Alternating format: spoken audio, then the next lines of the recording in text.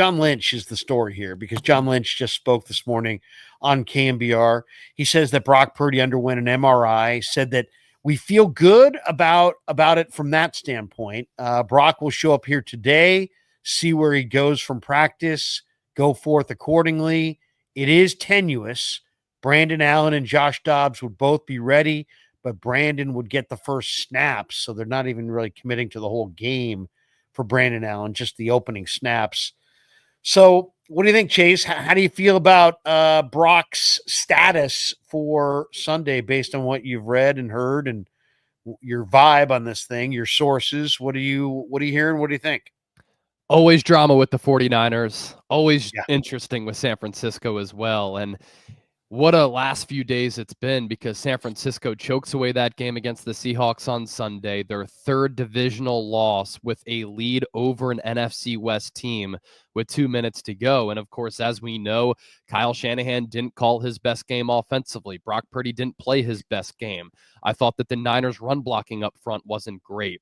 Deebo Samuel was in the witness protection program against the Seahawks on Sunday, and you thought that he was maybe going to be able to step up this year without Brandon Ayuk, and everybody was really just off, and that's kind of the vibe of this whole season. Mentally, physically, this looks and feels like a worn-down football team, and in a situation like this where Purdy does struggle because he's been a little bit Jekyll and Hyde up and down this year, you're hoping that, okay, after a bad game, huge spot against the Green Bay Packers, must-win game against a team that's battling for wild card positioning in Green Bay, the frozen tundra, the cathedral of NFL football. He's going to be able to go in and in a must-win spot, do what you want a franchise quarterback to do, and that's to deliver a clutch, big-time performance in a huge game to hopefully save the Niners season, get this season on track. But now we're not even sure if Brock Purdy is going to play. At first, he's listed as day-to-day with the shoulder injury, and then he is a limited participant on Wednesday. He doesn't attempt any throws, and then yesterday you're there at practice, and Purdy throws a couple of balls and then works with the trainer who rubs out his shoulder a little bit, and then he leaves the practice field. And everybody is theorizing, is there discomfort there? What's going on with Brock?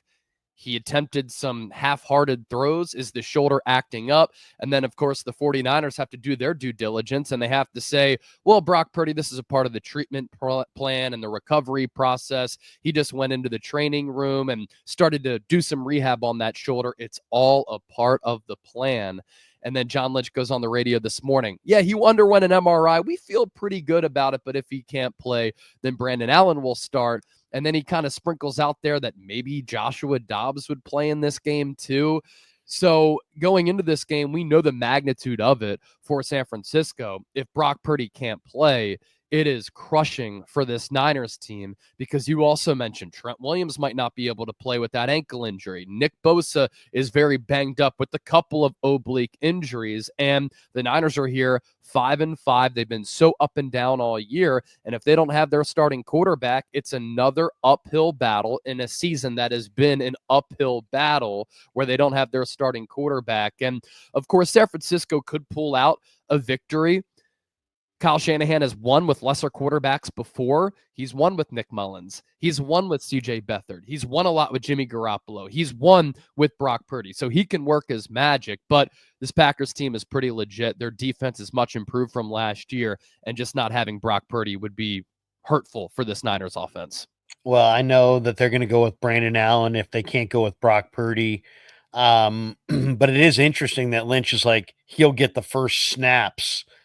Almost like it's not like, well, yeah, if Brock can't go, we'll go with Brandon Allen. He'll get the start. We're all in with him. It's like he'll get the first snaps. It's like they're now on. They go from, an established starting quarterback to we're going on a snap by snap basis. I mean, it's not even series by series. It's like we'll check it by snaps. So I'll say this.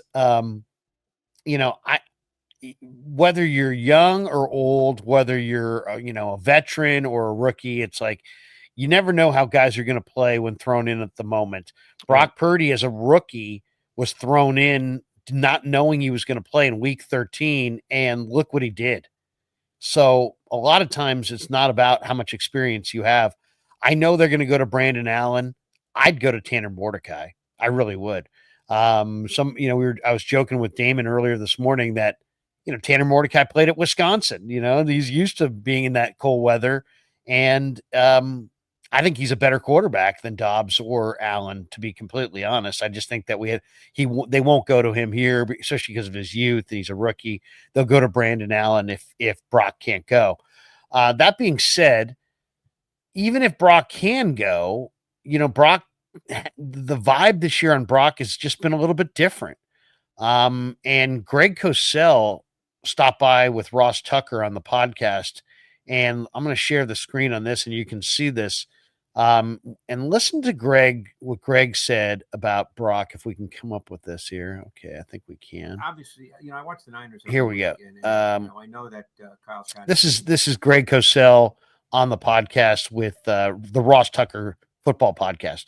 Obviously, I watch the Niners every week, and I know that Kyle Shanahan has talked about the fact that there's nothing wrong with Brock Purdy, and again, he certainly knows more than I do. But just watching the tape, that's all I can do. And again, I don't know how they coach him, so I'm just telling you what I see on tape and what I think based on what I see.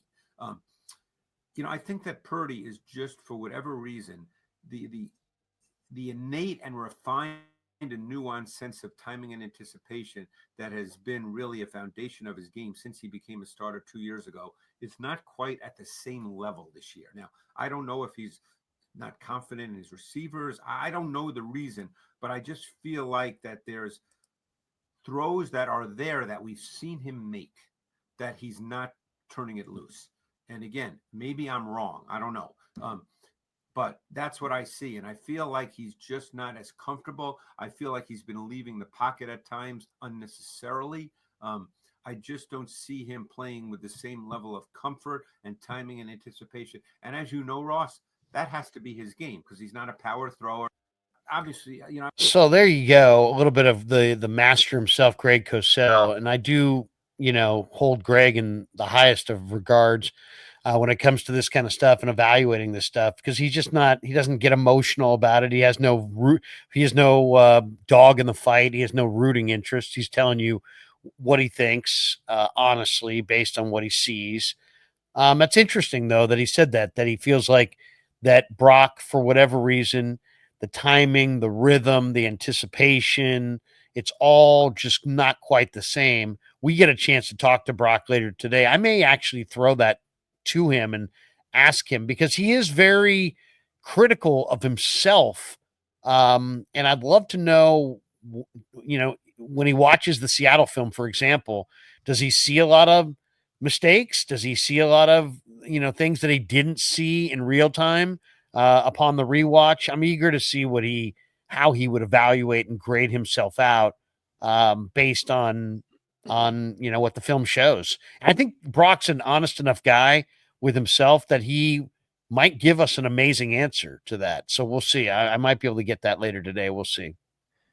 Yeah, I think that Greg Cosell makes some good points. And I think that there's been a pretty consistent theme with Brock Purdy since he took over for Jimmy Garoppolo back in 2022. He got off to just a terrific start. And last year, he was so efficient. He was carving defenses up, and he was top 5 in MVP voting for a reason. And I think this year you have seen what Greg Cosell is talking about. And as we know, Brock Purdy is a smaller athlete, right? 6'1", 220. He doesn't have a cannon for an arm, but he's been able to make up for that in his NFL career with a lot of experience carrying over from Iowa State. So he hasn't been overwhelmed, but he has been elite with timing, touch, accuracy, processing, and anticipation.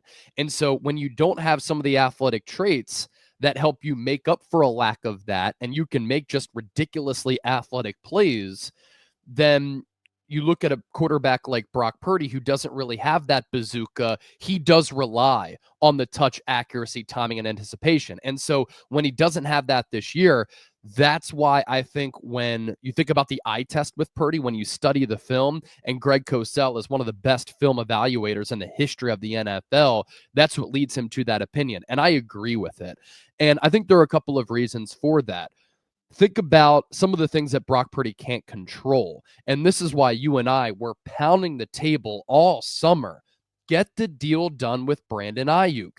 Get him in camp, because timing, rhythm, these things matter. Having that continuity with your receivers on the field, it matters. The trust in your weapons, it matters. It is translated in Brock Purdy's first year and a half. But this year, he's had all of these moving parts around him. You've had Juwan Jennings in and out of the lineup. Deebo Samuel's been in and out of the lineup, and I think he's been bad this year. George Kittle in and out of the lineup. He didn't have Brandon Ayuk, his number one target last year, who was a second-team All-Pro all summer, never in the preseason, and then he starts the regular season slow, and then he tears his ACL and rips it up against Kansas City. No Christian McCaffrey, inconsistent offensive line play. And so Brock Purdy didn't have the opportunity to work on the timing, to work on the finer nuances of quarterback play. And I think that has led to the lack of processing, the lack of trust, the lack of confidence, the inability to really pull the trigger, layer those footballs in there, because he hasn't had that opportunity and the ample time to work with some of his weapons, because there are so many moving parts and it's so inconsistent around him. And then you throw in how he's had to create a little bit more with his legs. I don't think that he feels sturdy in the pocket, given the inconsistencies in pass blocking from this offensive line. And you can talk about the Pro Football Focus numbers, but we know that the Niners have a pretty mid offensive line. And so when you factor that in, Brock Purdy has had to escape. He's had to improvise. He's had to create with his feet. And he's relied on his legs to make some really big plays for this 49ers offense, on money downs throwing, on money downs running. And so he's not really leaning on some of the foundational elements that have made him such a good quarterback. And I think all of these factors lead us to the point where Purdy has struggled a little bit this year. His completion percentage is down. His turnovers are up. His touchdowns are down. His win-loss record obviously isn't the same. And he still ranks highly in some of the following categories. Yards per attempt, he's third in the NFL at 8.5. Air yards per attempt, he's fifth at 8.8. QBR, he's fifth at 67.4. He is sixth in passing yards, yet he's middle of the road in attempts, so that's pretty impressive. He had the number one or number two deep ball completion rate last year. This year it's seventh. Those numbers are still pretty good. And the 49ers offensive numbers, for the most part, aren't bad. Total yards second, yards per play second, net passing yards per attempt fourth, rushing yards per attempt fourth, but points scored eighth, average yards per drive first, but average points per drive 10th, red zone 26th. And those numbers sound good, right? But then you watch the game and you're like, something's missing with this offense. And some of Brock Purdy's numbers sound great, but then you watch him and you're like, something is missing with this offense. And I think all of those factors are reasons why. And that's what Greg Cosell broke down in that clip. You know, I think it's a combination of things. Obviously, I think he leaned heavily on Ayuk last year. You don't have Ayuk. The line, also I think when, he's been sped up in a couple games, I also kind of feel like, his instinct is to have to get out of there because he doesn't have a lot of confidence in his protection. And I think that's a big part of it. I don't know if that's appropriate, if he's right to not have confidence in his protection. Sometimes I think he's speeding himself up unnecessarily. Other times I feel like he's doing it out of necessity. So it's, it just hasn't quite looked like it looked a year ago. Now, John Lynch said this morning that Brandon Allen's going to get the start on Sunday if Purdy's unable to play. What do you think? I mean, I would go with Tanner Mordecai because I really think he's a better player than Allen or Dobbs. But what do you think? I know a lot of the fans are like, hey, go with Dobbs, go with Dobbs. We know Shanahan's very pro Brandon Allen, so none of us who cover the team on a regular basis is at all surprised that if Purdy can't go, it's Brandon Allen time. But what do you think? Yeah, I would not go with Tanner Mordecai in this spot because I think when you go to Lambeau Field, you're taking on a really quality Packers team that has some really good offensive numbers, and it's a must-win spot with your season hanging on by a thread. It's in the balance. You got to have it. I think you want to rely on experience. You don't want to throw a rookie quarterback out there who's never made a start. He might be athletic. He might be able to create, and that could help you a little bit, but also given that lack of experience, that could lead to a bad decision in a close game, which could end up turning this ball game. I personally would start Joshua Dobbs over Brandon Allen. Now, this is classic of Kyle Shanahan to do this. Brandon Allen has been in the system the last 2 years. He has some experience. He backed up Joe Burrow, and he is that quarterback in Kyle Shanahan's system who will see the read, make the read. He'll get rid of the ball quickly. He will run the offense, and that will allow Kyle Shanahan to be in control as a play caller. And for Kyle Shanahan, he can find a rhythm in that type of situation. Now, Joshua Dobbs also has a lot of experience, 14 starts in his NFL career, as compared to Brandon Allen, who throughout his career has made 9 starts. So very close there. Brandon Allen has been a long-time backup for Joe Burrow and was with this team last year, whereas Joshua Dobbs has only been with this team this year. Where I think Joshua Dobbs helps you and gives you an edge. We talk about this offensive line being a pretty lackluster unit. Joshua Dobbs is a far better athlete as compared to Brandon Allen. You can run a little RPO to keep the defense honest. You can run some quarterback boots for him, naked, strong side. He can make plays with his arm and legs. I think more versatile, and he's more diverse as compared to Allen. And he's a more dynamic athlete with a little bit of a stronger arm. But I think Kyle Shanahan wants to go with the safe choice here in Brandon Allen for the reasons that I mentioned. He's going to run the offense. San Francisco is probably going to go with the run-heavy approach if Brock Purdy can't play. But I just think that Joshua Dobbs is a little bit more dynamic. We've seen what he's been able to do when he's thrust into action while with Arizona, while with Minnesota, while with the Tennessee Titans. He's played in games where he hasn't had a lot of time to prepare as the team starter, yet he's been able to play well with some good signal callers and play callers, like last year with Kevin O'Connell. He got traded from Arizona to Minnesota after the Kirk Cousins injury. He got there on Tuesday. He comes in against the Atlanta Falcons, and he had 3 or 4 combined touchdowns, and he was making plays with his arm, with his legs, in structure, out of structure. We saw what he did in the preseason too. The long ball to Jacob Cowing was a beautiful ball down the sideline, and he was making some tremendous plays with his legs. And it was really dynamic. And because that offensive line is a little bit weak for San Francisco, Brandon Allen can't move around. Joshua Dobbs can. And so if the play breaks down, you know that you can rely on Dobbs to create with his arm, with his legs. You don't really get that with Brandon Allen. So I would go Joshua Dobbs. Kyle Shanahan's going to go with Brandon Allen. You would go with Tanner Mordecai. Every quarterback offers something a little bit different, but I think that's the mindset and the thinking from Shanahan here. You know, it's funny. Dobbs has 14 starts, but he's 3-11. Yeah, exactly. You know, so it's kind of an ugly record. Allen's so 2-7 for what it's worth. Yeah. Yeah. I mean, you know, it's like, so if you want the most experience, I guess you'd go Dobbs. In my, I mean, you know, Brock Purdy had no experience when he stepped in and beat Miami. I'm not saying that Tanner Mordecai is Brock Purdy. I'm not, but to me, I would go with Mordecai. I just think Mordecai is more of a real quarterback. Those other guys are just kind of like stopgap, but I know he's going Brandon Allen. And it's probably the right call. And you kind of laid it out why. It's probably the right call. There's a lot of pressure in this situation, but, personally, I think Mordecai might actually do better than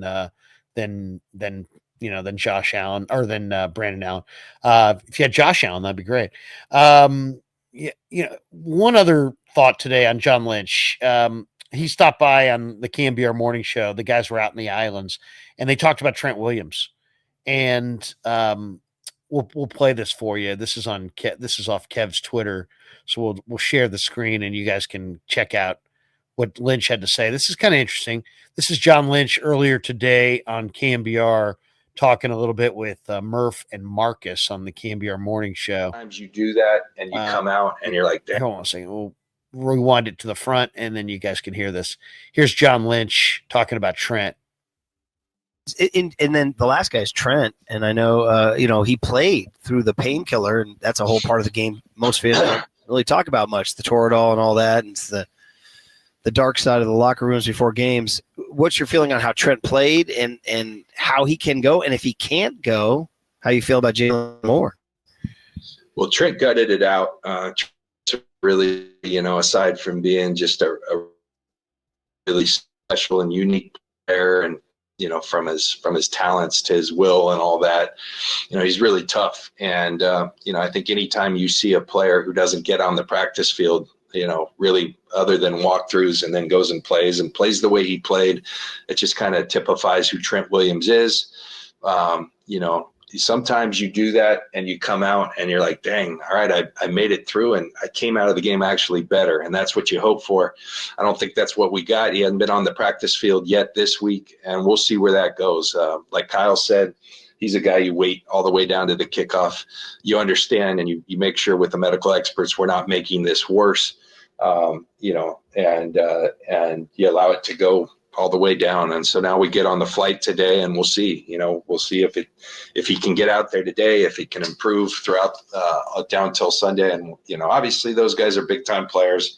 We'd love to have them, but if we don't, we got to find a way to come up with a much needed win. All right, Chase, based on what you heard there, do you think that Trent Williams is going to go or not going to go Sunday at Lambeau? First of all, where are they at right there? That looks like a pretty cool backdrop behind them. Well, they're in the Big Island in Hawaii. Very nice. Nice. At the Westin Hapuna Beach. In fact, we went out there. I brought my entire family out there, except for my daughter. She was in school. And a couple years ago, when I was doing the afternoons, we went out there for a week. What a spot, dude. What a spot. I bet. At some point, if you really see my YouTube channel take off, you'll see me from there, basically. You know what? I just got out of the water, and let me give you an update on what I'm hearing from Santa Clara. I could have a Santa Clara through the Big Island channel coming in the future. Hey, 51,000 subscribers. You're almost there. But what's the occasion? Why are they out there right now, week 12? Is that just a KNBR getaway or what? Yeah, it's a KNBR getaway, and they always go the week before Thanksgiving. Okay, nice. And it's awesome, too, because, you go and you're like, it's probably 80, 90 degrees. You're playing golf. I mean, and you're missing just the coldest weather and the worst weather. It's dark and rainy and gross here. It's not nice. To the fine folks at KNBR, you want to send Larry and I out there? I mean, we'll stream 4 times a day, and we'll provide plenty of content, both for the Krueger Show, KNBR, and on the 49ers Report. I'm just saying. Yeah, seriously. I mean, think about that. I mean, I was looking at condos out there. They've got you can buy condos. I mean, they probably cost a couple $1 million, but no you know doubt. What? You're sitting there on the Big Island, and the Hapuna Beach is white sand, and it's pretty freaking amazing. I'll just say that. I never thought I could live on an island, but that I might be able to live there. Quality of life is very important. As for Trent Williams, I thought that the notable line there from John Lynch was this. Sometimes when players are banged up and they play, they come out of it and come out of that game and they're like, wow, I actually feel better. That was not the case for Trent Williams. And so we saw Trent Williams walking into Levi Stadium last week, severely limping. He clearly was favoring that ankle, and then he played, and I actually thought he played pretty well. My concern with all of these injuries here, Purdy with the shoulder, Trent Williams with the ankle, you're going to Lambeau Field. It's known as the frozen tundra. It's going to be mid-40s, maybe getting into the 30s as the sun goes down in that part of the country. Of course, it can get very cold. They just got snow a couple of days ago this week, and so that results in the injuries feeling a little bit worse as cold weather just kind of impacts those injuries a little bit. And so I'm worried about the verbiage there from John Lynch, because he clearly stated that Trent Williams came out of that game not feeling better, hasn't practiced all week. And to begin with, when he played that game, we saw that he clearly wasn't right. There is a big drop-off from Trent Williams to Jalen Moore. I know Jalen Moore got on the field last week a little bit because without George Kittle, Kyle Shanahan had him in that tight end spot. He was used as a run blocker. He even ran a route at one point. And that's Brock Purdy's blind side, or that's Brandon Allen's blind side. And so this is a precarious situation and game for San Francisco. You might be without Brock Purdy. You might be without Nick Bosa. You might be without Trent Williams. Those are 3 of the better players on your team. And it's not like you're playing a slouch squad. you are not playing one of the weaker teams in the NFL. You are playing a Packers team that if it weren't for the Detroit Lions being a one-loss squad, the Packers would be competing to win the NFC North, which is probably the best and most competitive division in football. And you're on the road going up against a team in Green Bay that is looking for that revenge after the Niners beat them and came back in the division round with those 2 Jordan Love picks, both to Dre Greenlaw. So I'm definitely worried just because the tone and the words that John Lynch had to use there, and it affects your run game and affects your pass game. I talked to Jalen Moore in the locker room, and he's like, "Hey, man, I'm ready to roll." He's a veteran. They like Jalen Moore, and they, obviously, but he's not Trent Williams. No. But they like Jalen Moore, so they don't feel like it's they're in a disastrous situation and all with Jalen Moore. But man, that would be a major loss if you don't have Bosa, because if you can't speed up Jordan Love, it could be a long, long day at the office. Yep. I was looking at some of the numbers for Green Bay. When they're ahead, they go to a lot of 12 personnel, 2 tight ends. When they're behind, they go to a lot of 11 personnel with 3 wides, and they kind of air it out. So it's going to be interesting to see. Is it a shootout from that perspective? Can the Niner defense without Bosa slow down the Pack passing game at all? Can they slow down the passes out of the backfield to Jacobs? There's a number of things I think are going to be super challenging for the Niner defense. And then, of course, the Niner offensive line is going to be challenged because the Packers defensive line has 4 number 1 picks.